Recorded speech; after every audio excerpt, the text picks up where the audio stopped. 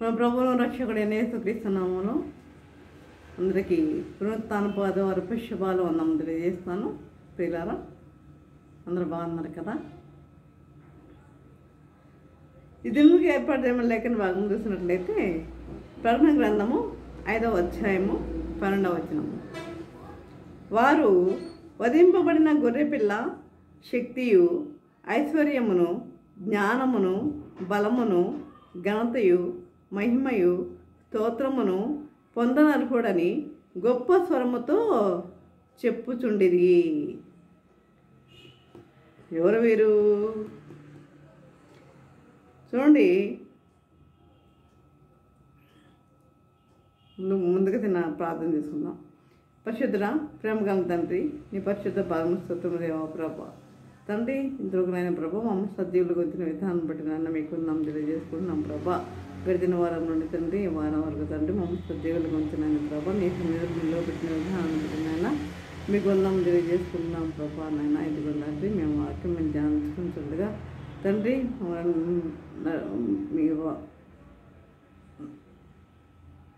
మీతో మమ్మల్ని నడిపించండి ప్రభా. మీ వాక్యంతో మీ మాట్లాడినాను ప్రభా. నాయన నా నోటిని బుర్రగా సాధనంగా వాడుకుంటున్నాను ప్రభా. తండ్రి, ప్రతి ఒక్కరి తండ్రి వినగల జీవులు గ్రహించగల మనసును వాక్యానుసారంగా జీవించి జీవితం దయచేయమని మా ప్రభు నేసిన రత్నాలు విన్నాముగా పడుకుంటున్నాం తండ్రి. ఆమేన్. చూడండి, చెప్పాను కదా ముందు, వారు ఉదయింపబడిన గొర్రెపిల్ల శక్తియు ఐశ్వర్యమును జ్ఞానమును బలమును ఘనతయు మహిమయు స్తోత్రమును పొందనర్హుడని గొప్ప స్వరముతో చెప్పుతుండేది. ఎవరు వీరని చెప్పాను? దేవదూతల స్తుతి. దేవదూతలు పరలోకములో ప్రభువుని ఆరాధించేది ఎవరు? దేవదూతలు. దేవదూతల యొక్క స్తుతి. ఈరోజు అంశం ఏంటంటే దేవదూతల యొక్క స్తుతి. దేవదూతలు కూడా దేవుని యొక్క 7 ఆధిక్యతలను బట్టి ఆరాధించారండి. 7 ఆధిక్యతలను బట్టి ఆరాధించారు. ఇప్పుడు మన చదువుకున్న ఆధిక్యతలన్నీ ఇప్పుడు మనం చదివిన వాక్య భాగంలో లేఖన భాగాల్లో ఉన్నాయి. శక్తి, ఐశ్వర్యం, జ్ఞానం, బలము, ఘనత, మరి మహిమ, స్తోత్రార్హుడు. 7. ముందు ఏం చూద్దామంటే, శక్తిని బట్టి వారు ఒక్కొక్క అంశంను బట్టి వారు ఏ విధంగా 7 ఆధిక్యతను బట్టి ఆరాధించారు కదా. మరి ముందు దేన్ని బట్టి ఆరాధించారంటే శక్తిని బట్టి వారు ఆరాధించారన్న విషయాన్ని మనము జ్ఞాపకం చేసుకుందాం. చూడండి, మనుషులు పాప పంకిలం అయిపోయారు కదా. పాపంతో నిండిపోయింది ఈ లోకము, పాపంతో నిండిపోయింది. సృష్టి శపించబడి పతనమైపోతుంది. మరి సృష్టిలో అనేకమైన విపత్తులు సంభవిస్తున్నాయి. సృష్టిలో కూడా అనేకమైన విపత్తులు సంభవిస్తున్నాయి. మనం చూస్తున్నాం, అన్నీ ప్రతిరోజు మనం చూస్తున్నాం. అనేకమైన విపత్తులు సంభవిస్తున్నాయి. తుఫాన్లు కావచ్చు, మరి సునామీలు కావచ్చు, మరి ఈ విధంగా భూకంపాలు కావచ్చు, రకరకాలుగా ఇవన్నీ సంభవిస్తున్నాయి. మరి జ్ఞానులు, మేధావులు, పండితులు మరి వీటన్నిటినీ వారేమన్నా మార్చగలరా? అవి రాకుండా వారేమన్నా చేయగలరా? వారి చేతిలో అది ఏమన్నా ఉందా? లేదు. వారు ఏమి చేయలేరు. కాబట్టి సృష్టిని ప్రకృతిని శాసించగల శక్తి, ఆపగల శక్తి ఎవరికి ఉందంటే ఆ భగవంతునికి మాత్రమే ఉంది. ఈ సృష్టిని ప్రకృతిని శాసించగల శక్తి ఎవరికి ఉందంటే ఆ భగవంతుడికి మాత్రమే ఉందన్న విషయాన్ని మనము జ్ఞాపకం చేసుకోవాలి. కాబట్టి విశ్వాన్ని ఏర్పాటు చేసిన సృష్టికర్త మాత్రమే, ఆ దైవశక్తి మాత్రమే వాటిని నిరోధించగలడు. కాబట్టి దేవుని ఆజ్ఞతో మాత్రమే సృష్టి నడుచుకుంటుంది. ఈ సృష్టి ఎలా నడుచుకుంటుందంట? దేవుని ఆజ్ఞతో మాత్రమే నడుచుకుంటుంది. దేవుని ఆజ్ఞతో మాత్రమే అది ఈ సృష్టి నడుచుకుంటుంది. ఆ దైవశక్తికి లోపడుతుంది. చూడండి, రోమిలకు రాసిన పత్రిక 1వ అధ్యాయం 16వ వచనంలో, సువార్తను గురించి నేను సిగ్గుపడువాడును కాను. ఈ భక్తులైన పౌలు అంటున్న మాటలు మనందరికీ తెలిసినవి. సువార్తను గురించి నేను సిగ్గుపడువాడును కాను, ఎలయనగా నమ్ము ప్రతివానికి మొదట యూదునికి గ్రీసు దేశస్తునికి కూడా రక్షణ కలుగుచేయుటకు అది దేవుని శక్తి అయి ఉన్నది. అది దేవుని శక్తి అయి ఉన్నది. ఎంతటి పాపినైనా, ఎంతటి కిరాతకులనైనా, ఎంతటి ఘోర పాపులనైనా మార్చగల శక్తి ఎవరికి ఉందంటే ఒక్క దైవశక్తికి మాత్రమే ఉందండి. ఒక దైవశక్తికి మాత్రమే ఉంది. మనం దాన ధర్మాలు, మనం చేసే మరి మంచి కార్యక్రమాలు, మన నీతి క్రియలు, పుణ్యక్షేత్ర దర్శనాలు, ఈ కానుకలు, ఇవన్నీ మనల్ని రక్షించలేవు. ఇవన్నీ కూడా మనల్ని రక్షిస్తాయా? రక్షించలేవు. అవి నిన్ను నన్ను కాపాడలేవు. నువ్వే తీర్థయాత్రకి వెళ్ళు, నువ్వే పుణ్యక్షేత్రాలకి వెళ్ళు, లేకపోతే ఎన్ని కానుకలు అయితే అవి నిన్ను నన్ను కాపాడలేవు. కేవలం దేవుని శక్తి మాత్రమే మనలను రక్షించగలదు. దేవుని శక్తి మాత్రమే మనలను రక్షించగలదు. అందుకే దేవుని శక్తిని బట్టి కూడా దేవదూతలు ఏం చేస్తున్నారు? స్తుతిస్తున్నారు. ఆయన యొక్క శక్తిని బట్టి స్తుతిస్తున్నారు. రెండవది ఐశ్వర్యము కృపను బట్టి. అంటే చూడండి, ప్రపంచంలో ఉన్న పాపంనంతా ఒక రాశిగా పోసామనుకోండి, పాపాన్నంతా ఒక రాశిగా పోస్తే దాన్ని కొనగల ఐశ్వర్యము ఎవరికి ఉంది? ఆ పాపాన్నంతటిని కొనగల ఐశ్వర్యము ఎవరికి ఉంది? ఎవరైనా ముందుకు వస్తారా మేము కొంటామని? ఎవ్వరూ రాలేదు. మరి ఆ పాపరాశి చాలా పెద్దది. కాబట్టి అంతటి పాపమును కొనగల ఐశ్వర్యము, పవిత్రులుగా మార్చగలిగే కృప ఎవరికి ఉంది? దేవుని కుమారునికి మాత్రమే ఉన్నది. మార్చగలిగే కృప దేవుని కుమారునికి మాత్రమే ఉన్నది. ఎఫెసీయులకు రాసిన పత్రిక 1వ అధ్యాయం 7వ వచనం చూడండి. దేవుని కృపా మహాఐశ్వర్యమును బట్టి ఆ ప్రియుని యందు ఆయన రక్తం వలన విమోచనము. దేవుని కృపా మహాఐశ్వర్యమును బట్టి ఆ ప్రియుని యందు ఆయన రక్తము వలన విమోచనము. రక్తాన్ని బట్టే మనకి విమోచన అనేది కలుగుతుంది. పరమ దారిద్ర్యతలో బతుకుతున్న మనలను ఒక్క క్షణంలో ఆయన ఐశ్వర్యవంతులుగా చేయగలడా? చేస్తాడు. ఒక్క క్షణంలో ఐశ్వర్యవంతులుగాను దేవుని రాజ్యానికి వారసులుగాను చేసేది కూడా దేవుని యొక్క కృప మాత్రమే. మనము అసలు ఆలయానికి ఎందుకు వెళ్తున్నాం? మనము ఆలయానికి ఎందుకు వస్తున్నాం? ఆచారంగా ఆలయానికి వస్తే, నిర్లక్ష్యంగా వస్తే, మీరు ఆచారంగా వస్తున్నారా ఆలయానికి? రేపు సండే వెళ్ళాలి అని ఆచారంగా వస్తున్నారా? రేపు నిర్లక్ష్యంగా వస్తున్నారా? వెళ్దాంలే, ఇంకా టైం ఉందిలే అని నిర్లక్ష్యంగా వస్తే దేవుని కృప మనకు సంభవిస్తుందా? మనకు లభిస్తుందా? మనకు ఎలా లభిస్తుంది? అలా వస్తే మనకు ఎలా లభిస్తుంది? మనము ఆచారంగా నిర్లక్ష్యంగా దేవుని సన్నిధానానికి మనం వెళితే దేవుని కృప మనకు ఎలా వస్తుందా? రాదు. కాబట్టి ఇంకా ఎన్నాళ్ళు ఈ నామకార్థమైన జీవితం? ఇంకా ఎంతకాలము ఈ నామకార్థమైన జీవితము? ఎంతకాలం జీవిస్తాం మనము? ఎంతకాలం మనం జీవించేవారిగా ఉంటాం? ఆదివారము ఆశీర్వాదం వేళకైనా ఆలయానికి వెళితే దేవుడేదో మనకి ఆశీర్వాదం ఇస్తాడని భ్రమపడుతున్నారా? ఒకవేళ చివరి టైంలో ఉన్న మనం వెళ్తే దేవుడు మాకు ఆశీర్వాదం ఇస్తారని ఒకవేళ మీరు భ్రమపడుతున్నారా? శక్తిగల శుభార్త విని భయభక్తులతో దైవాన్ని మనము స్తుతించి ఆయన కృపకు మనము పాత్రులము కావాలండి. ఆయన కృపకు మనము పాత్రులము కావాలి. ఆయన స్తుతించి శక్తిగల సువార్తను వినాలి. ముందు వినడం వల్ల విశ్వాసం కలుగుతుంది. నువ్వు వినకుండా ఆశీర్వాదం నీకు ఎలా వస్తుంది? నువ్వు వినాలి, ఆ వాక్యానుసారం నువ్వు జీవించాలి. వినడం వల్ల విశ్వాసం కలుగును. మరో 10-17 మనం చూస్తాం. కనుక మరి శక్తిగల సువార్త విని భయభక్తులతో దైవాన్ని స్తుతించి ఆయన కృపకు మనం ఏమవ్వాలి? పాత్రులం అవ్వాలి. కాబట్టి మనం ముందుగానే దేవుని సన్నిధానానికి వెళ్ళేవారిగా ఉండాలి. నిర్లక్ష్యంగా వెళ్ళకండి, ఆచారంగా వెళ్ళకండి. ఈ నామకార్థమైన జీవితాన్ని విడిచిపెట్టండి. దేవుని వాక్యము తెలియజేస్తుంది ప్రియులారా. కాబట్టి చూడండి, కొరింథీయులకు రాసిన 2వ పత్రిక చూసినట్లయితే 8వ అధ్యాయం 9వ వచనంలో, మీరు మన ప్రభు అయిన యేసుక్రీస్తు కృపను ఎరుగుదురు కదా. ఆయన కృప మనకు తెలుసు కదా.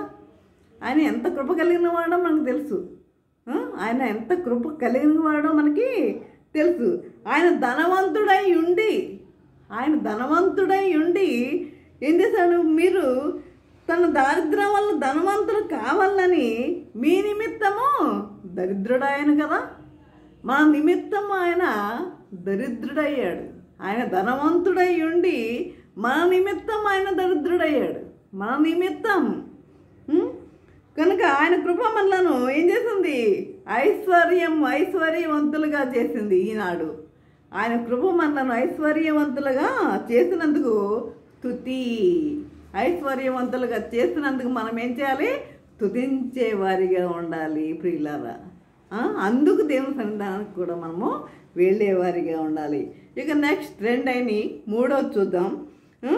జ్ఞానమును బట్టి రోమా 11:33 చూసినట్లయితే, దేవుని బుద్ధి జ్ఞానముల బాహుళ్యము ఎంతో గంభీరము. ఆయన తీర్పులు శోధింపనెంత అసత్యములు. ఆయన మార్గములెంత అగమ్యములు. దేవుని జ్ఞానం మనకు అర్థం కాదు. ఆయన జ్ఞానం మనకి అర్థం కాదు.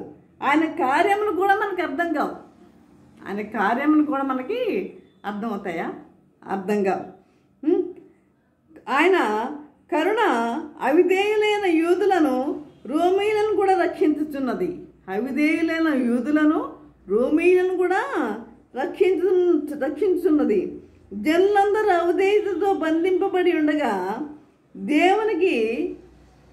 జనులందరూ ఎలా ఉన్నారంట? అవిధేయతతో బంధింపబడి ఉన్నారంట.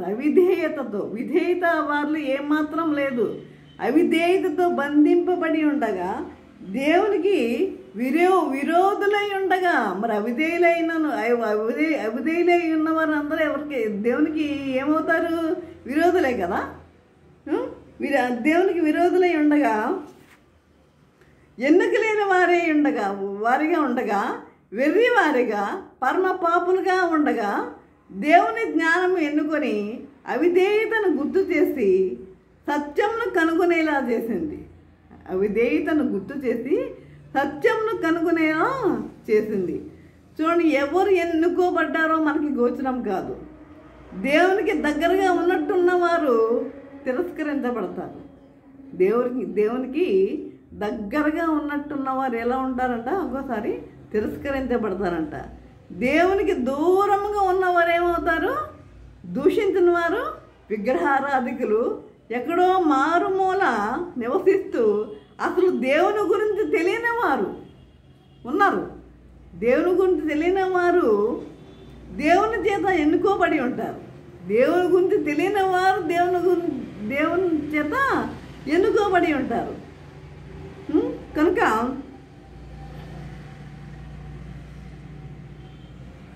వారు ఎప్పుడు సత్యంలో తెలుసుకొని దేవుణ్ణి అంగీకరించి సమీపిస్తారో మనకి తెలియదు. అంటే వారు సత్యాన్ని తెలుసుకోవాలి. సత్యం అంటే ఎవరు? దేవుడే. వారు సత్యాన్ని వారు తెలుసుకొని ఎప్పుడు అంగీకరిస్తారో మనకి, దేవుణ్ణి అంగీకరిస్తారో మనకి తెలియదు. అది దైవ నిర్ణయం మాత్రమే. అది దైవ నిర్ణయం మాత్రమే అది. కాబట్టి అలాగైతే స్వార్థ ప్రకటన ఎందుకు అని అనుమానం మనకు రావచ్చు. అతిగా ఆలోచింపగా మన విధిని మనము నిర్వహించాలి. మనకి ఇచ్చిన విధి ఏమిటో మనము నిర్వహించే వారిగా ఉండాలండి. మనకిచ్చిన విధి ఏమిటో నిర్వహించే వారిగా ఉండాలి. దైవ కార్యాన్ని ఆయన ప్రణాళిక చొప్పున ఆయన ఏర్పాటు చేసిన సమయంలో వారిని చేర్చుకుంటాడు. ఆయన ఏర్పాటు చేస్తాడు. ఆయన ఏర్పాటు చేసిన సమయంలో ఆయన చేర్చుకుంటాడు. అది కొరింథీయులకు రాసిన మొదటి పత్రిక 1:24 చూడండి. పిలువబడిన వారికి క్రీస్తు దేవుని శక్తియును దేవుని జ్ఞానమునై ఉన్నాడు. పిలువబడిన వారికే క్రీస్తు దేవుని శక్తియును దేవుని జ్ఞానమునై ఉన్నాడు. లోకరీత్యా జ్ఞానులైన గనులైనను గొప్ప వంశములైన వారిని దేవుడు పిలిచాడా? లేదు. గొప్ప వంశములైన వారిని అనేకులను పిలువబడలేదు. ధనవంతులు బలవంతుల్లో అనేకులు పిలువబడలేదు. బలవంతుల్లో అనేకులు పిలువబడలేదు. కానీ ఎవరిని పిలిచాడు? లోకములో వెర్రివారిగా ఎంచబడిన వారిని బలహీనులను దేవుడు ఏర్పరచుకున్నాడండి. అదే దేవుని సంకల్పము. అది దేవుని యొక్క సంకల్పం. అది జ్ఞానులను గొప్ప వంశం వారిని ఆయన పిలవలేదు. ఎవరిని పిలిచాడైనా వెర్రివారిని, లోకములు వెర్రివారిని ఆయన ఏర్పరచుకున్నాడు. అది దేవుని యొక్క సంకల్పం. అది మత్తయి సువార్త 11:25 నీవు జ్ఞానులకు వివేకులకును ఈ సంగతులను మరుగు చేసి పసిపాలులకు బయలుపరిచినావు నేను స్తుతించుచున్నాను. కొంతమంది ఏమనుకుంటారు? నాకే అంతా తెలుసు అనుకుంటారు. ఏంటి నీకు తెలిసేది అంతా? మనకి తెలిసింది ఏమి లేదు, జీరో, అంతే. మనకు తెలిసేది ఇప్పటి నుండి నేర్చుకోవాలి. ఇంతకు ముందు నేర్చుకున్నా మనం ఇంకా అక్షరాలు దిద్దుకుంటున్న వారమే అన్న విషయాన్ని అర్థం చేసుకోవాలండి. చాలామంది నాకే అంతా తెలుసు, మేమే ప్రబుద్ధులము, మేమే మేధావులము, మేమే జ్ఞానులము అనుకుంటూ ఉంటారు. అలా అనుకోవద్దు. నాకే అంతా తెలుసు, నేను జ్ఞానవంతుడని, వివేకవంతుడని అహంకారంతో ఎన్ని చదివినా, ఒకవేళ అఫ్కోర్స్ ఎన్ని డిగ్రీలు చేసినా డిగ్రీలు ఏం లేదు, ఏదో అది చేసామంటే వారిచ్చిన డిగ్రీస్ మనము అంగీకరించాం అంతేగాని దాన్ని బట్టి మనము అహంకారంతో జీవించే వారిగా మనము ఉండకూడదు. మనకే అంతా తెలుసు అన్నట్లుగా మనం జీవించే వారిగా ఉండవద్దు. కనుక అహంకారంతో విర్రవీగే వారిని దేవుడు ఏం చేస్తాడంట? విస్మరిస్తానంటున్నాడు. దేవుడు విస్మరించి ఏమీ తెలియని వారికి దేవుని సహాయమును కోరుకుంటున్న పసిబాలుర వంటి వారికి దేవుని జ్ఞానం గురించి తెలియజేస్తాడంట. ఏమి తెలియని వారికి, పసిబాలుర వంటి వారికి, పసిబాలురికి ఏం తెలుసా? తెలీదు. వారికి దేవుని జ్ఞానాన్ని మరి తెలియపరుస్తాడంట. అందువలన మన ధనమును, ఆస్తిపాస్తులను, పదవులను, సిరి సంపదలను, తెలివితేటను ఇవన్నీ విస్మరించి దేవుని జ్ఞానము కొరకు ప్రాకులాడితే తప్పకుండా ఆయన అనుగ్రహిస్తాడు. ఆయన జ్ఞానంతో నిన్ను ఎన్నుకున్నందుకు ఏం చెల్లిస్తున్నారు? ఇప్పుడు ఇక్కడ స్తుతి చెల్లిస్తున్నారు.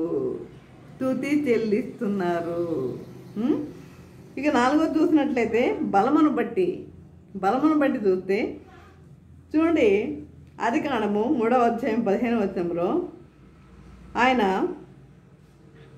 నీ తల మీద కొట్టును అంటే సాతాను అహంకారం బట్టి, కుయుక్తిని బట్టి, మోసమును బట్టి మనుషుల చేత పాపమును చేయించి, సాతాను ఏం చేస్తుంది? ఈ బైబిల్లో ఉన్నవన్నీ దేవుని మాటలే, అవి మార్చలేము అని దాన్ని తెలుసుకొని ఏం చేస్తుంది? అది మరి అహంకారం బట్టి, కుయుక్తిని బట్టి, మోసం బట్టి మనుషుల చేత ఏం చేస్తుంది? అది పాపమును చేయిస్తుంది.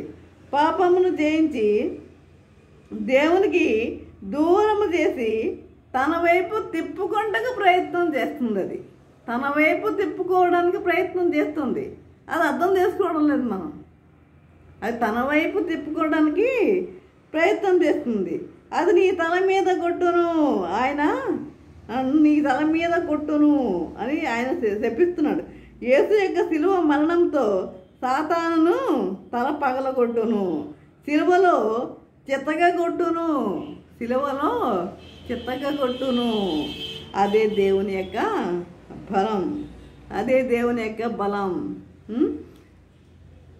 ఇంకొకటి ఇంకా చూడండి, రోమా 16:20 చూస్తే, సమాధానకర్తయగు దేవుడు సాతానును మీ కాళ్ళ కింద శీఘ్రముగా చితక తొక్కించును. సమాధానకర్తయగు దేవుడు సాతాను ఏం చేస్తాడంట? మన కాళ్ళ కింద చితక దొక్కిస్తాడంట. మన కాళ్ళ కింద చితక దొక్కిస్తాడంట ప్రియులారా. కాబట్టి కొంతమంది ఇంతకుముందు వ్యభిచారులుగా, తాగుబోతులుగా, మరి బలహీనులుగా ఉన్నవారిని మరి మరి అనేకులు త్రాగుడిని మరి వారిని జయించలేకుండా ఉండేవారు అనమాట. అయితే త్రాగుడిని జయించలేకుండాని, వ్యభిచారం జయించలేకుండాని, అబద్ధమును, మోసమును, అతిక్రమమును జయించలేకుండాని, పాపమును జయించలేకుండాని, బలవంతుడైన సాతాను చేతుల ప్రతి విషయము ఓడిపోయి ఉంటిని. కానీ ఈరోజు మహా బరుడవు. ఎప్పుడైతే దేవుని దగ్గరికి వచ్చావో సాతాను నువ్వు జయించగలిగావు. నువ్వు మహా బలవంతుడవయ్యావు, జయించిన వాడవు, నాతో ఉన్నావు. నీవు నీ అండతో, నీ మహాబలముతో సాతానును, పాపమును నా కాళ్ళ క్రింద చితకగొట్టుచున్నాను, జయ జీవితము సాగిస్తున్నాను. దేవుని బలముతో నేను ఊహించలేని బలమును పొంది ఉన్నాను. అందువలన దేవుని బలముతో నేను ఊహించలేని బలమును పొంది ఉన్నాను. అందువల్ల దేవుణ్ణి నేను స్తుతిస్తున్నాను. ప్రియులారా, ఇప్పుడు మనం ఎన్ని నేర్చుకున్నాము? 4 నేర్చుకున్నాం కదా. కనుక మరి పార్ట్ 1 ఇది. ఎందుకంటే ఇది మనం ఎక్కువ తీయడానికి కుదరదు, లైవ్ కాదు కాబట్టి. ఇంకా మిగిలిన 3 నెక్స్ట్ ధ్యానించుకున్నాం. కాబట్టి ఈ విధంగా మరి దేవదూతలు దేవుని యొక్క ఆధిక్యతలను బట్టి ఎలా స్తుతిస్తున్నారు అన్న విషయాన్ని మనము ధ్యానించుకుని ఉన్నాం. కాబట్టి ఇవన్నీ నేర్చుకుని ఆ విధంగా ప్రతి ఒక్కరూ జీవించడానికి పరిశుద్ధాత్మ దేవుడు సహాయం చేసి నడిపించను గాక. ఆమేన్. ప్రార్థన చేసుకున్నాం. పరిశుద్ధుడా, ప్రేమగల తండ్రి, నీ పరిశుద్ధ పాదములకు స్తోత్రం దేవా. ప్రభా తండ్రి, ఇంతవరకు నాయన ప్రభా నీ వాక్యం ద్వారా తండ్రి మాతో మాట్లాడిన విధానం బట్టి నాయన మీకు వందనం తెలియజేసుకుంటున్నాం ప్రభా. ఇదిగో నాయన ప్రభా, దేవదూతల స్తుతి గురించి మేము ధ్యానించుకుని ఉన్నాం నాయన ప్రభా. దేవదూతల ప్రభా మీకున్న 7 ఆధిక్యతలను బట్టి వారు స్తుతిస్తున్నారు నాయన తండ్రి. ఆ విధంగా మేము కూడా స్తుతించేవారుగా ఉంటే మీ కృప చూపండి నాయన ప్రభా. నేను భయభక్తులు కలిగి మేము జీవించేవారుగా ఉంటే నీ కృప మాకు అనుగ్రహించమని మా ప్రభా నీసే నా మృతమారు విన్నముగా వేడుకుంటున్నాము తండ్రి. ఆమేన్. తండ్రి అయిన దేవుని ప్రేమయు, కుమారుడైన యేసుక్రీస్తు కృపయు, పరిశుద్ధాత్మ యొక్క అన్యోన్యవాసము సకల దీవెనలు సదాకాలము ప్రభా. తండ్రి, ఎంతమంది ప్రభా వాక్యం విని ప్రతి ఒక్కరికి తోడు నిలిచిండను గాక. ఆమేన్, ఆమేన్, ఆమేన్.